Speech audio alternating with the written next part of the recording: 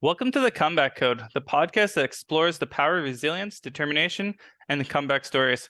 Hosted by Justin Gratzfeld. This show features inspiring individuals who have faced incredible challenges and through their unwavering perseverance and willpower have managed to rise above their circumstances and achieve greatness. Whether you're looking for motivation, health advice, or just an uplifting story, the Comeback Code has got you covered. So get ready to be inspired because it's time to unlock the secret of the comeback and unleash your potential. This is the Comeback Code. So, how's it going? Good, Justin. How are you? It's been going really good. Been busy, spending time with my kid, and there's like a ton of smoke around us, and like we, Yeah. I was actually trying to get. There was a whole bunch of fires around when I was out of town, and like all the roads were shut off, and like I tried for like a couple hours. It took 12 hours to get home when it should have taken two. Oh, Because wow. we kept going to like a road and there's fire across the road and they're like, oh, you need to turn around, and like we tried to like find our way. It was Where are pretty. It you was again? I in think you Alberta, told me. Canada. Oh, Canada. Okay. Yeah, so it's been a pretty crazy little bit. So, Yeah, it sounds like it. What are causing what is causing those fires? um, I'm guessing more Cadillac converters and stuff that like little pieces of the metal falling off the engine starts there, or Yeah. quads and stuff, and some might have been started. Who knows? So Yeah. Wild. there's Wow. like 130 or 50 fires in our little province. So Wow. I hope you guys are safe. yeah, we're good. It just the smoke quality is horrible. Like it said there's 14 air quality, which is like extremely horrible. Oh, Like, geez. Yeah. but I just didn't take my daughter outside. Yeah. Well, I'd love to hear some about your backstory and where you got today and like what kind of industry you're in. Yeah, absolutely. So first off, thank you for having me. It's a really cool concept for a podcast. I like the name and everything. So really cool to be featured on here.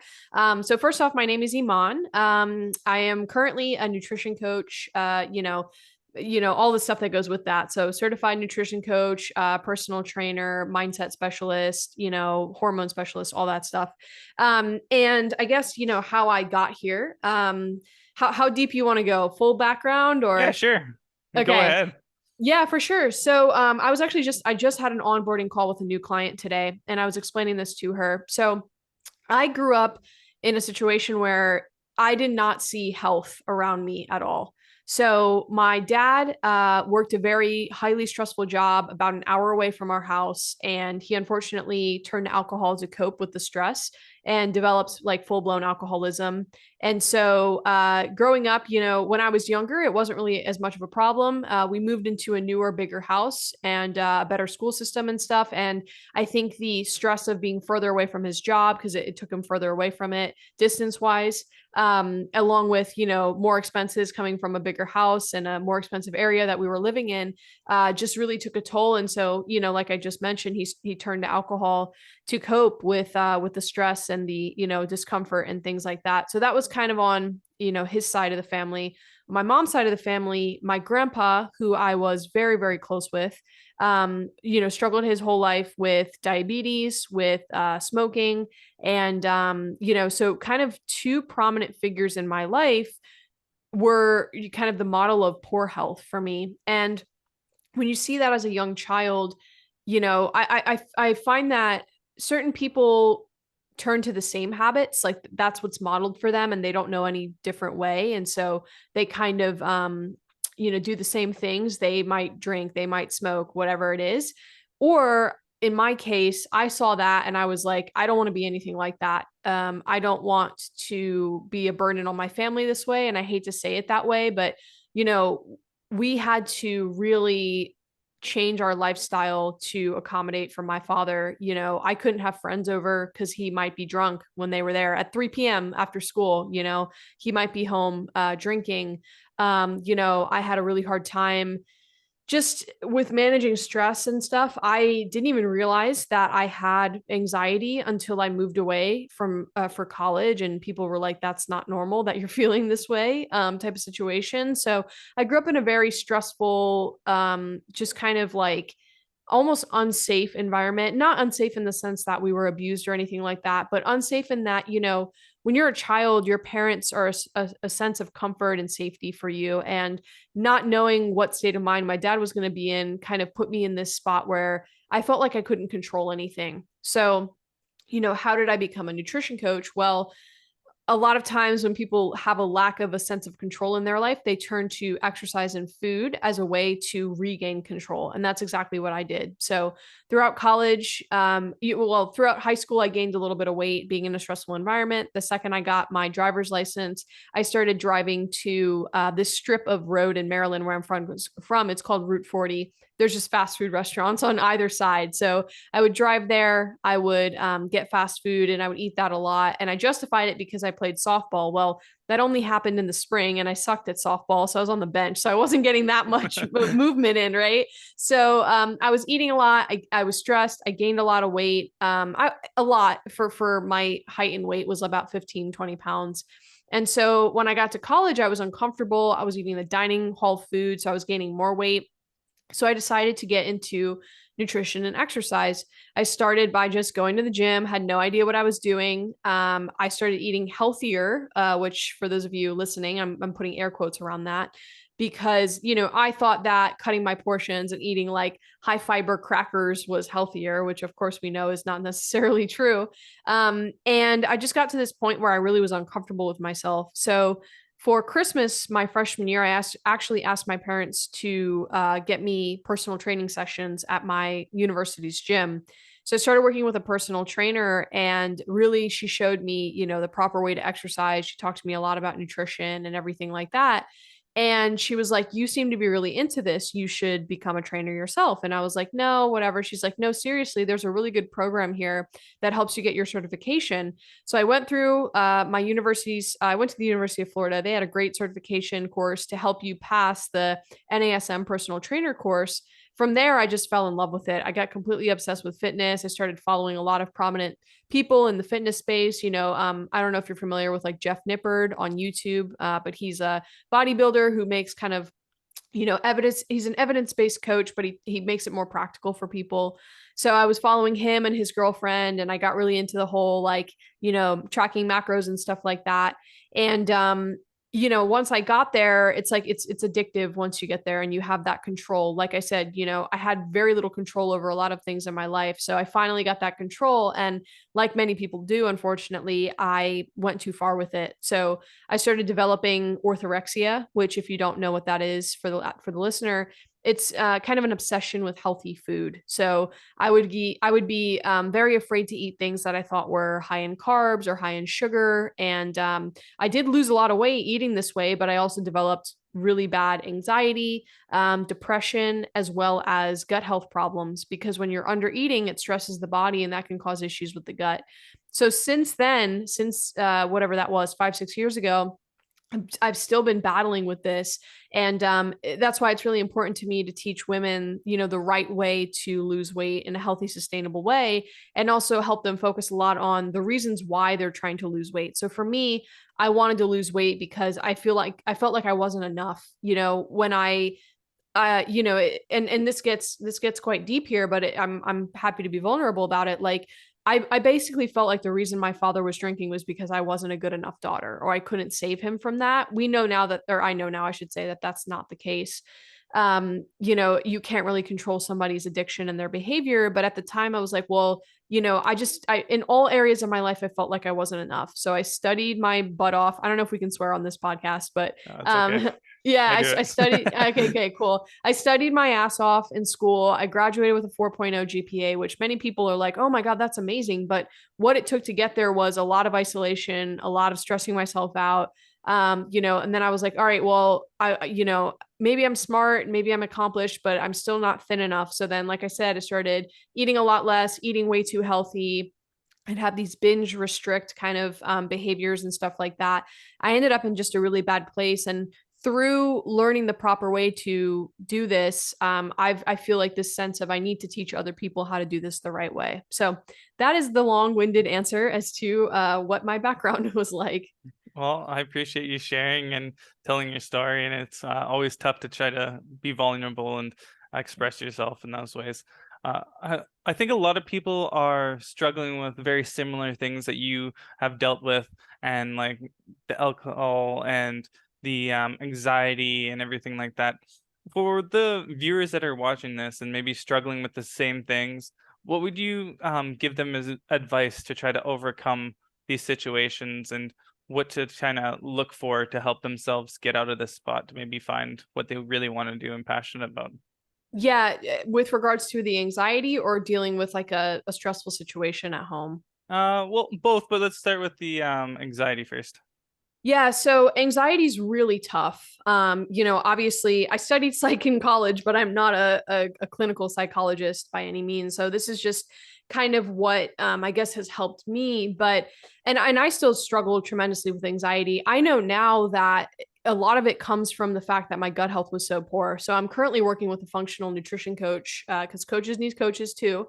And we figured out that I have quite a bit of just stuff in my gut that shouldn't be in there. So infections and whatnot. So that can contribute a lot to your brain health, your anxiety, your depression.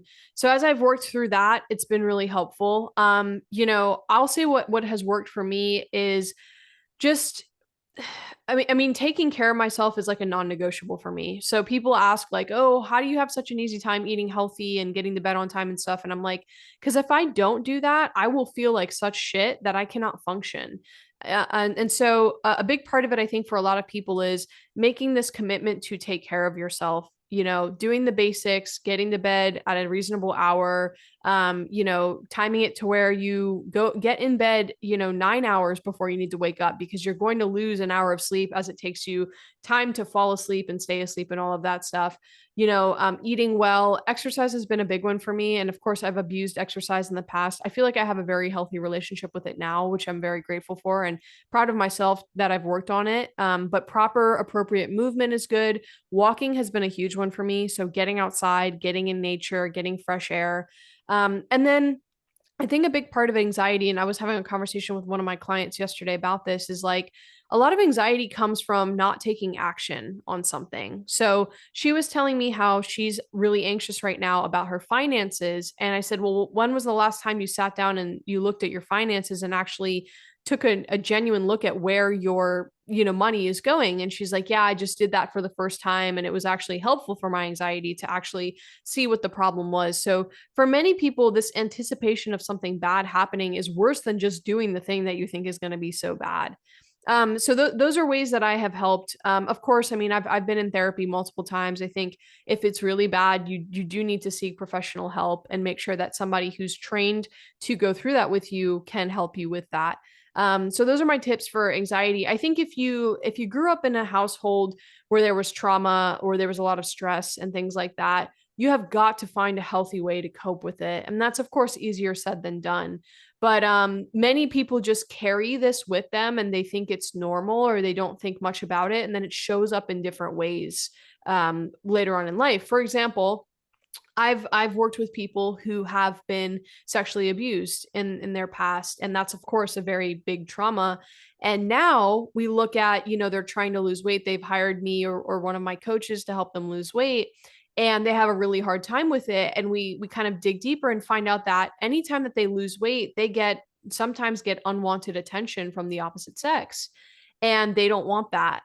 Deep down, they want to lose weight and they want to feel better and they want to look better, but they have this unresolved trauma that they never properly coped with. And so I think it's really important to take an honest look at, what are some of these things that have happened in my life? It doesn't have to be what we call big T traumas, something like, you got robbed or you lost a loved one or you were sexually abused or something like that. It's little T traumas of, your mom constantly commented on your weight when you were younger. And that was a trauma for you because you then felt self-conscious, right? So you have to deal with these things and sort these things out before you can be, happy and healthy in all sense of those terms.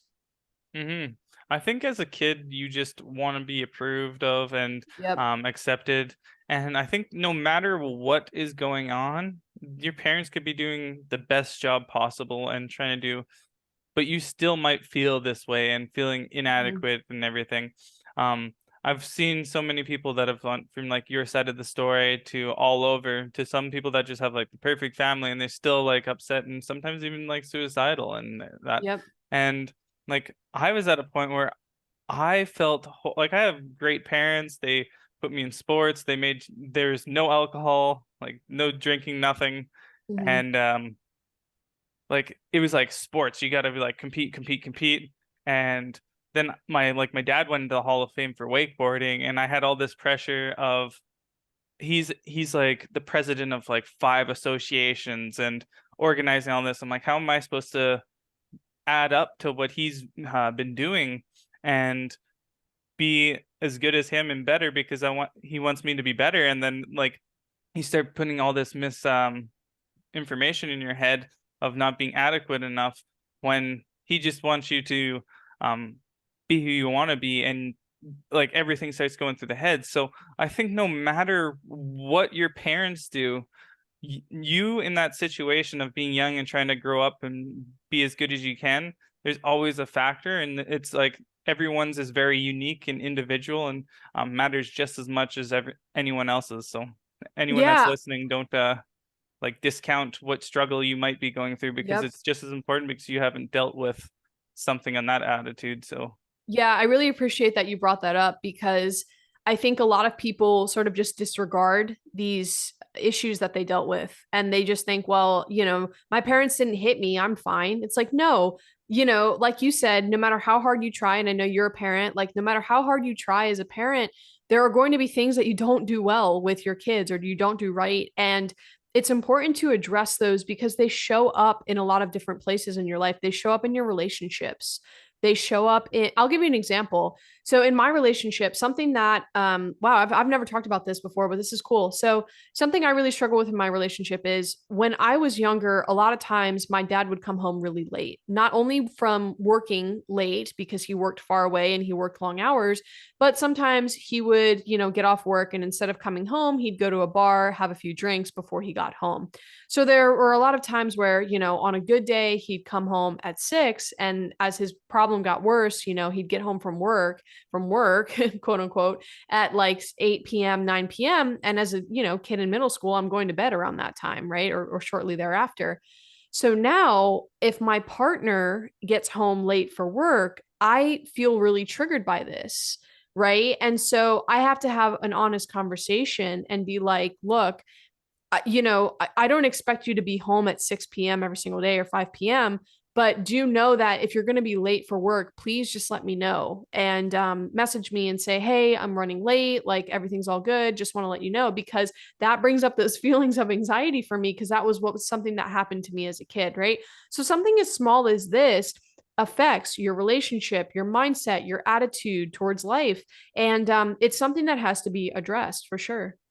yeah, I never actually thought of it like that. That's a good point because my wife gets I'm just downstairs in the basement working Uh and it's huh. like 7 and I come up and she's all mad and I'm like, oh, that might be Yeah. just because like something that happened in the past, or I'm like there's no reason for it a lot of the time and she just gets mad at me and she doesn't know why. So Yeah.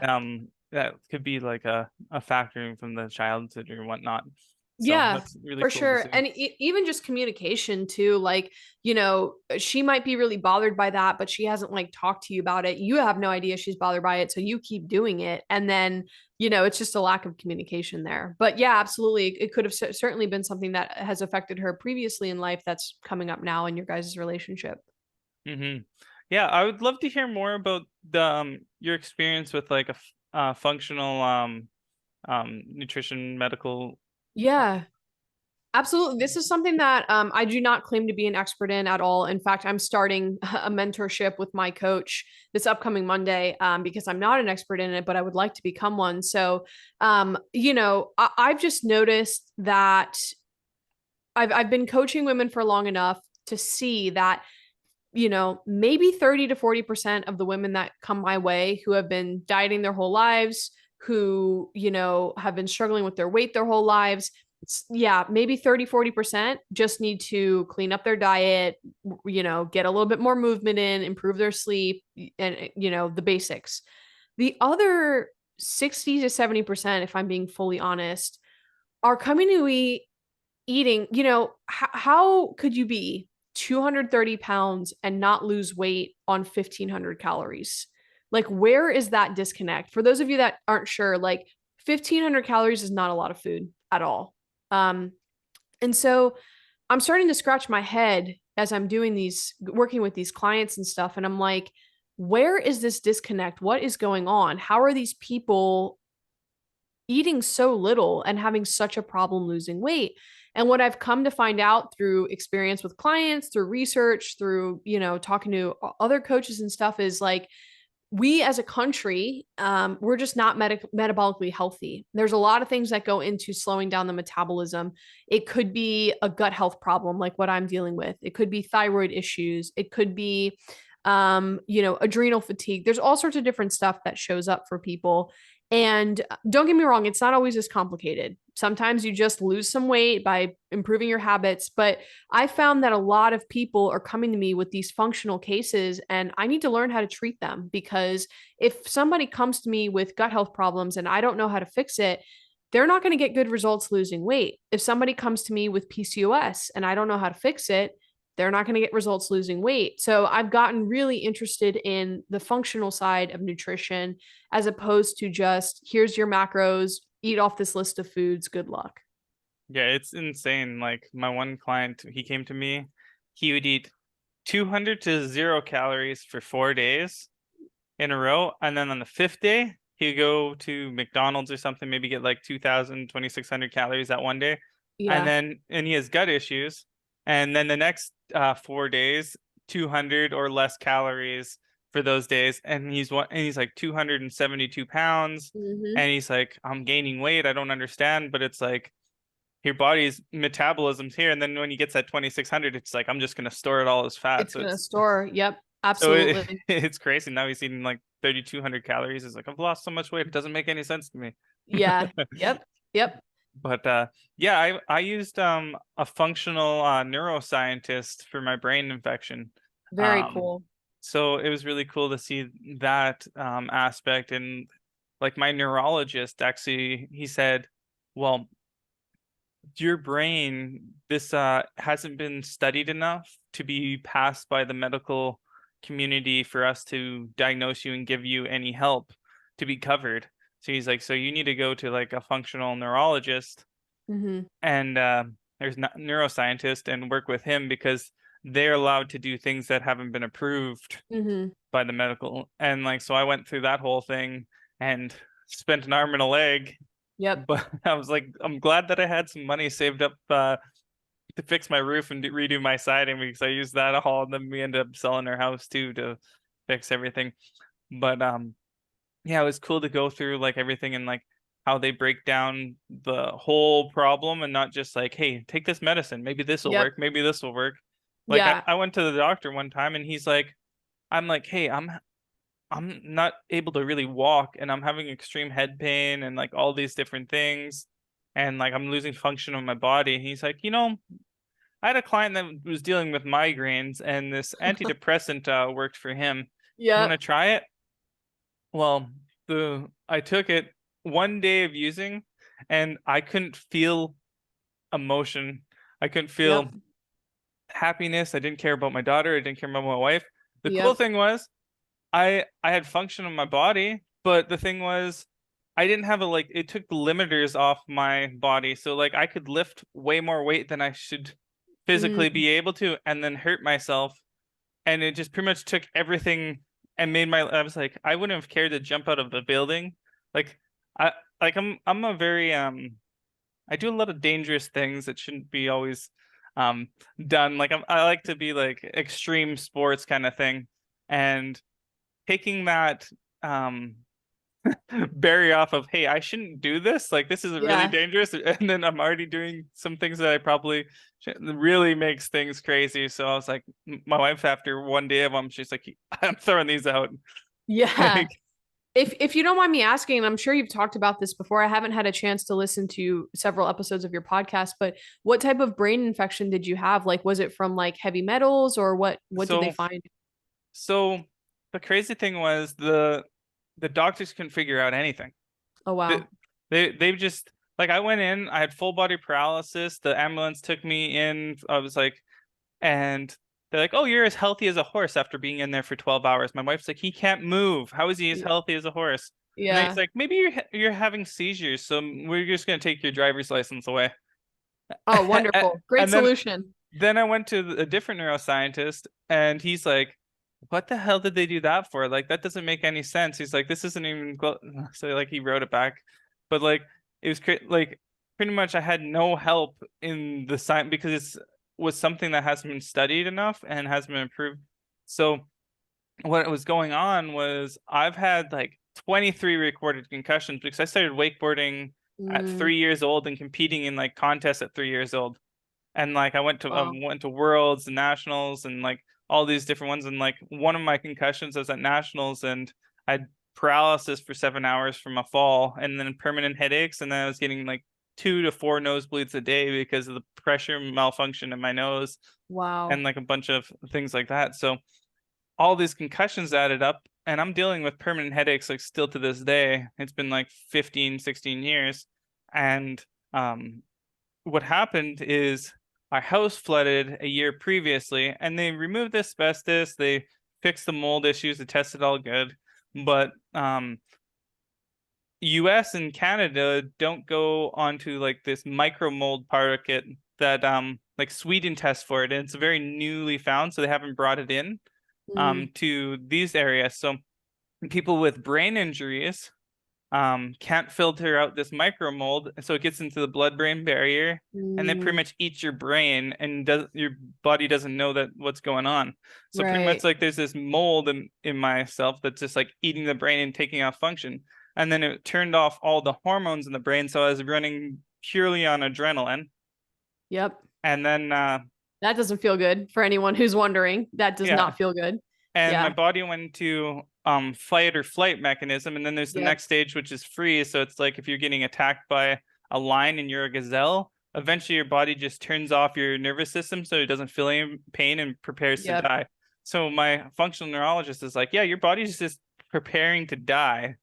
And Jeez. um so what would happen would I could do like 10 seconds of activity, so that mean like maybe me getting up to go to the washroom and then come back and then have 3 hours of paralysis or 7 hours of paralysis. Wow. And like, so I could play like video games because I only use my fingers or read books Yeah. and not, but I couldn't really do anything because my brain couldn't build the chemicals to process everything.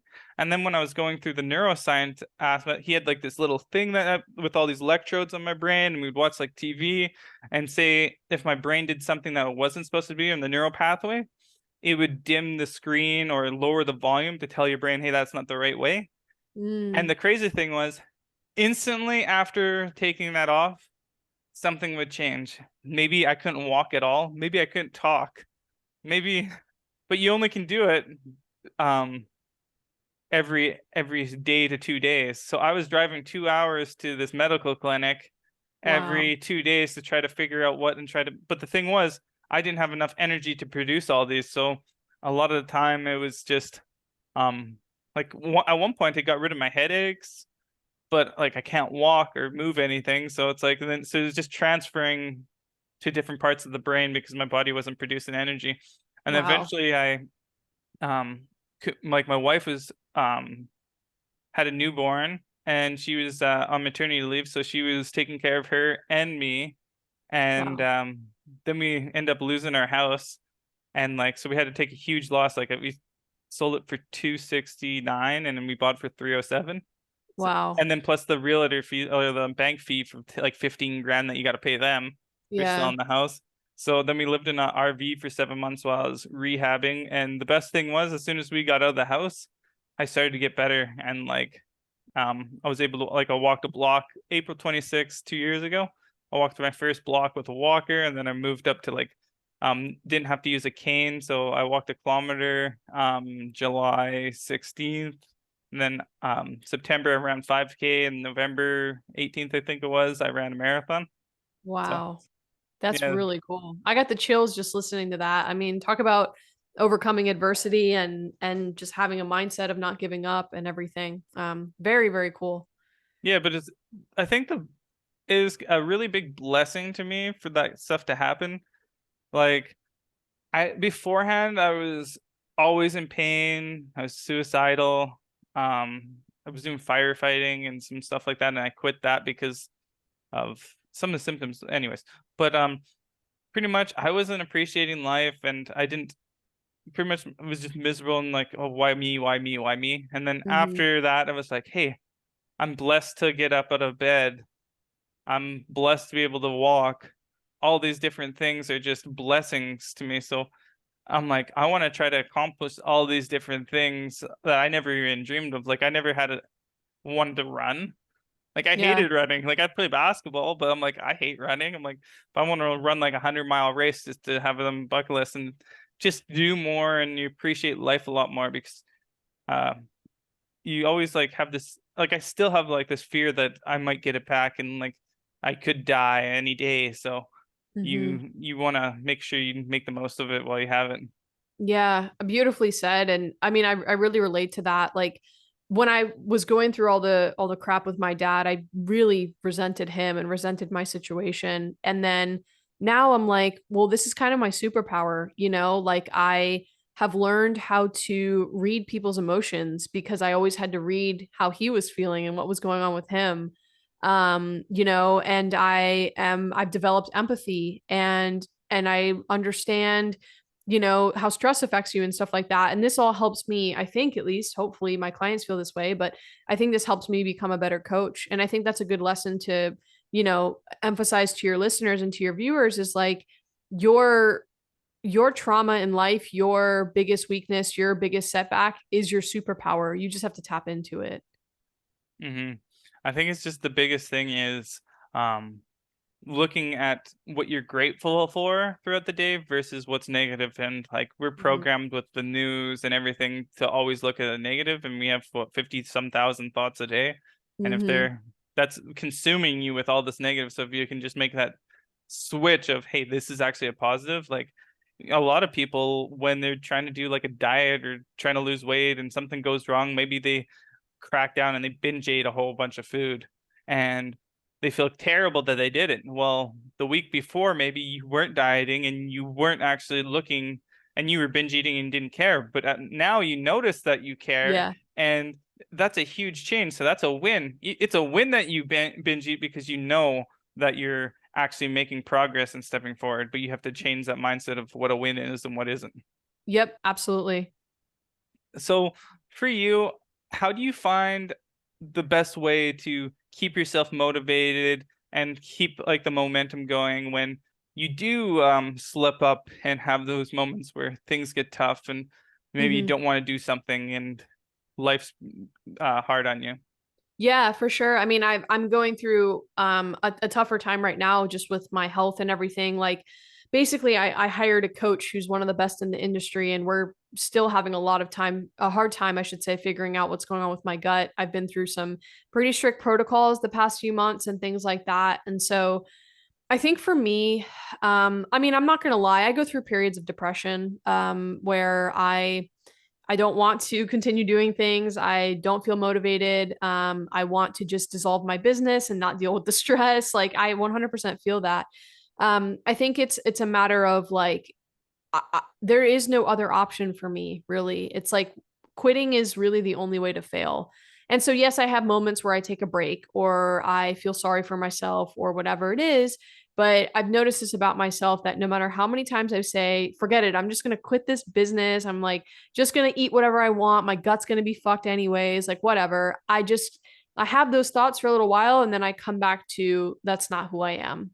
And I think a big lesson that I've learned that I think is really important for other people to listen to as well is, you know, you have to, if you want to make a change in your life, you have to change your identity.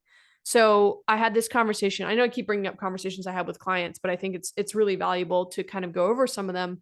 I talked to this woman that I just onboarded earlier today, and I gave her a few pieces of kind of like homework. Things to work on with regards to her nutrition and her exercise and stuff. And I said, here's the general thing I want you to know. Every time you make a decision, whether it be where you're going to eat, dinner or whether or not you're going to wake up on time, whatever, I want you to ask yourself the following question: would a healthy person do this? And if a healthy person would do it, you should do it. If they wouldn't do it, you shouldn't do it. Because at the end of the day, it comes down to who you identify as. And I don't want to identify as somebody who's depressed and who gave up on their dreams and who never just gave a fuck and stopped fighting. I want to identify as somebody who worked through their problems, came out the other side with grace and is now teaching people how to do the same thing. So for me, it's a matter of like when there are down times and times where I don't feel well, I let myself experience that. I don't shame myself for not feeling well, but then I always come back to who do I want to be and what do I want my life to look like? And that for me is a motivation. And it starts with little stuff. So, for example, as I said, I'm struggling with my personal health right now, and I have some stressful stuff coming that's come up with work. So literally, I started today by when I was like really on my grind with everything. I woke up around 5:30 in the morning. That just felt good with me. I went to bed early. I liked it. I got up and I got stuff done before my clients were awake and they could start asking me questions and stuff like that. So I recently moved and I moved in with my partner, and so I've been kind of in a different schedule basically.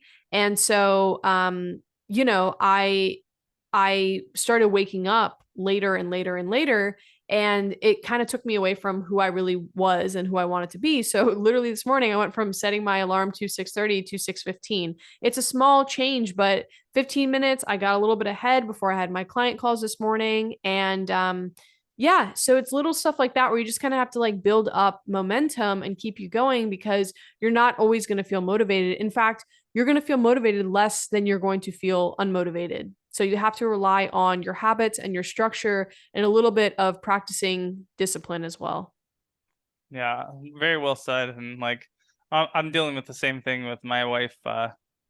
She likes to try to stay up till 1 o'clock every night because Yeah. she feels like there's not enough time in the day to do, and she wakes up at 6 in the morning. So it's really not a good habit. And whenever she wakes up, I wake up too. So I'm Yeah. like, I've been trying to slowly get her to wake up or go to bed maybe at 10 so I can get some more Mhm. sleep and like things to get normal. But For sure. it was kind of cool. So my whole life, I've pretty much looked at it as like a Kuna Matata, like no worries, whatever happens, happens. It drives my wife nuts. But um, I was thinking the other day, just actually yet last night, and I'm just like, man, I haven't like wrote down my goals and ambition. Like I have them, I think about them, but I've never actually wrote them down and actually implemented them. So like last night I wrote them down and I got my wife to write them down, and I'm like, okay, after we finish, I made sure she finished her goals. I'm like, okay, well tonight we're gonna write how we're gonna try to achieve those goals and the process that we need to go through to get this, because I think a lot of us kind of just like, it's so stressful that we don't want to be thinking about anything and just go day by day, but then we never really accomplish anything. So if we Hmm. can try to actually make a plan and keep it in mind, we're more likely to go, because it's like those thoughts I was talking about. You have so many thoughts a day, and if you can start to always be thinking of this goal, you're going to be slowly working towards it no matter what you're doing in the day. It's going to be building towards. So if you have an action plan that you can focus on, you're really going to achieve those goals quicker and more achievable. It could just be drinking water, or it could be maybe spend some more time with your wife or family member or partner, or whatnot. But I think this it was a good like I don't even know how it popped in my head the one day. I was just like I was just watching TV and suddenly it was like, huh, and this is what I want to do. But Hmm. I think it'd be a good baseline for a lot of people to try to do, to try to keep some more structure into their life. Yeah. What I tell clients to do is take out a sheet of paper and write down every single thing the ideal version of yourself would do in a day. So I did this. I've done this exercise before. Like my version is like I wake up at 5:30. I'm well rested because I went to bed at a good time the night before. I'm excited to tackle the day. I eat a healthy, high protein, high fiber breakfast. I get work done. I go to the gym. Like all the things that are necessary for you to become the version of yourself that you want to be, write them all down. And then here's the key: you don't try to do all of it overnight. Notice how I said I want to start waking up at 5:30. I didn't set it from 6:30 to 5:30. I said it from 6:30 to 6:15, right? So excuse me, you have to make small changes, but start checking things off one by one. Okay, I started waking up earlier. What's the next thing? Okay, I'm gonna start eating a healthy breakfast. Okay, what's after that? Okay, I'm gonna plan a time to go to the gym. And all of a sudden, after a little bit, you have become the person that you want to become. I think it's a little scary too when you're looking at someone that you want to be like, say like the Dwayne the Rock. Yeah, He's like freaking working out, waking up at 4 and doing all these things. It's like, how the hell? No wonder he's like that. He's doing all these yeah, things. But everyone starts with maybe they don't do any exercise and they're on the couch just watching TV, and maybe they get up and just do a walk. Just get up, mm-hmm. walk around the kitchen, and then next thing they build, maybe they're going for a walk outside, and they just slowly start building one thing after other. And eventually you look back, and it's like when you see a photo of yourself from like 6 years ago, you're like, holy shit, who is that guy? And you're Yeah, a completely different person because you're getting 1% better every single day, and it yep, adds up a lot over the years. So yep. um yeah. So I know that you have been struggling with some of the like the workplace and like lifestyle. How do you manage your workplace and lifestyle balance to try to go? Yeah. It's way different than what I used to do. So, I mean, you know this, having started your own nutrition coaching business as well. Like when you are in the first few years of starting a business, it is like there's no other way to describe it besides your baby. Like you put your life into that, you put your hard work, you're asking for support from your family, from your friends. And so I mean, when I first started this, I started my business in my online business in January of 2022. I mean, the first whole year, I mean, longer than a year, I'd say I'm still doing this, but at least for the first 6 to 8 months, I basically worked, ate, slept, and went to the gym. And that was everything I did. That was all. And I had like no boundaries as far as, client communication. So my clients would text me at all hours. I would reply to them at all hours. I had no boundaries as far as when was a time to work versus when was a time not to work. I would not want to go to social events because I'd want to be working. And so I developed a very unhealthy relationship with work. And I think I really do believe that everybody has addictions in life. And I think that work has been one of mine. And so it's been really hard for me to maintain that balance. I've had to really take the advice of a lot of people and learn how to set better boundaries. So now, I put my phone on a certain mode where I can't get notifications from clients after, I'm done with work for the day. Some days I finish work at 5, other days I finish work at 8. It depends on my schedule, but I'm better with like kind of having these clear boundaries. A big one that I have to work on is recognizing that the amount of revenue I bring in or the amount of new clients I sign up is not indicative of how good of a person I am. That's a big one for me, that I feel like my productivity is my self-worth. And so just being aware of it is important. And recognizing that, there are other aspects of me that add value to this world aside from the work that I can do. And I think forcing yourself to have like social events and other things you have to be at so that you're not constantly thinking about work. For me personally, if I don't have a distraction, I will just default to freaking out about something that a client said or needing to write a new plan or whatever it is. No, that's amazing. Um, I deal with anything I do, I kind of get like obsessive about, Yeah, I'm the and same way. like a video, like I get really addicted to video games or sports or whatever. I just dive like right into it, like I'm the way too same way. upset, where I like sacrifice like my personal life, and like Yeah. my wife gets mad. And like at one point I was like winning money playing Fortnite because I was like such a top player and I was putting so many hours. I'm like, man, why was I doing this? Like Yeah. I just get like I don't know if it's like ADHD or something, but like I'm like this, Mhm. and like now it's like nutrition and like helping other people. I'm really like I get overly focused into it, and like I Yeah. sacrifice life things. So I gotta take a step back and look. So my one of my last questions is gonna be is what's like your your goals for the next little bit? Like what are you trying to achieve, or like the impact that you want to do? Like what are some of the goals?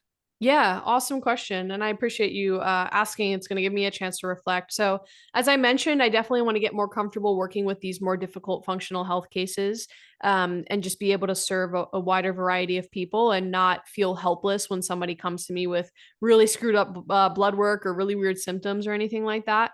So, that's a goal of mine for sure. As far as the growth of my business, I'd love for us to get, we're sitting at about 30 clients right now. My business Built by Balance, and I'd love to get within the next year. I'd love to get to 50, and have a really big community of women that we're serving and that we're able to impact and change the way they look at health and fitness.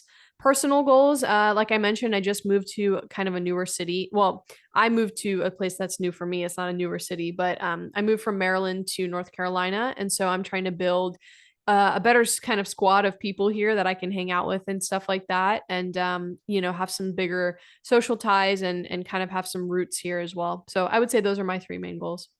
And then lastly is, what books would you suggest for people, or like podcasts? Oh, sweet.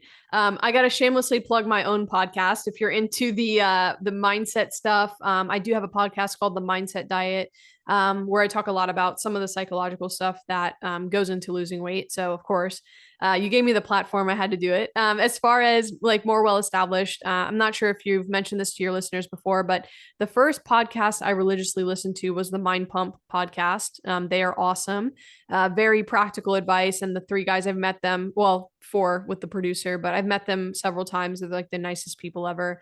So that's one of my favorites to go to.